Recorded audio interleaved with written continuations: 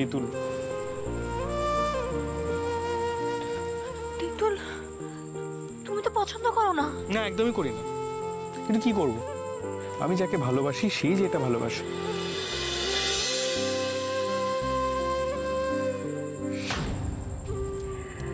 আজ এই চৌধুরী পরিবারের চাবি, ব্যবসা, সব দায়িত্ব আমি তোমার হাতে দিলাম।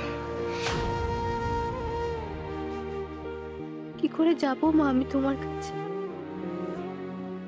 কি করে বলবো তোমাকে?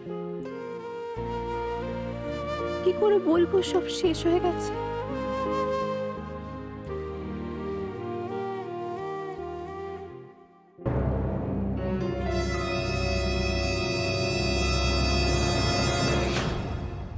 কে?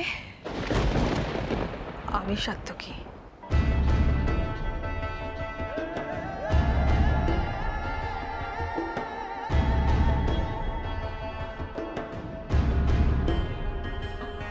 ছোট মা, তুমি হঠাৎ এখানে? কেন, আমি আসতে পারি না নাকি ভেবেছিলে ছোট মা তোমার কাছে আসবে না? এসেই বা কি লাভ ছোট মা? আমায় এখানে দেখে শুধু শুধু কষ্ট পাবে তুমি। এভাবে ভেঙে পড়ো না সাত্তকী, একটু ধৈর্য রাখো, একটু ভরসা রাখো তোমার ছোট মার ওপর।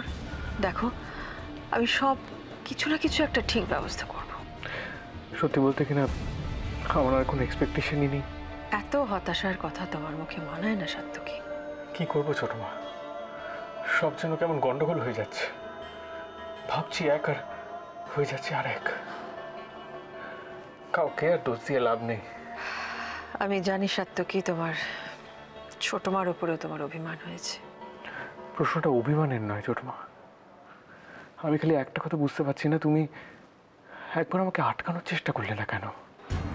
কি করতাম সাত্তকী? আমি কি কি বলতাম, কি করে আটকাতাম?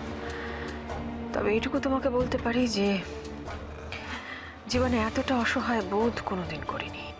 কেন, কি হয়েছে? আর কি হওয়ার বাকি আছে? নিজেকে এরকম একটা জায়গাতে দেখেও এই প্রশ্ন করছো সাত্তকী? ভুল করলে তার খেসারত দিতেই হবে ছোট মা। কার ভুল সাত্তকী? কে ভুল করেছে? আমার ছোট মা, আমি ভুল করেছি। না সাত্তকী, এভাবে সব দায় নিজের ঘাড়ে নিও।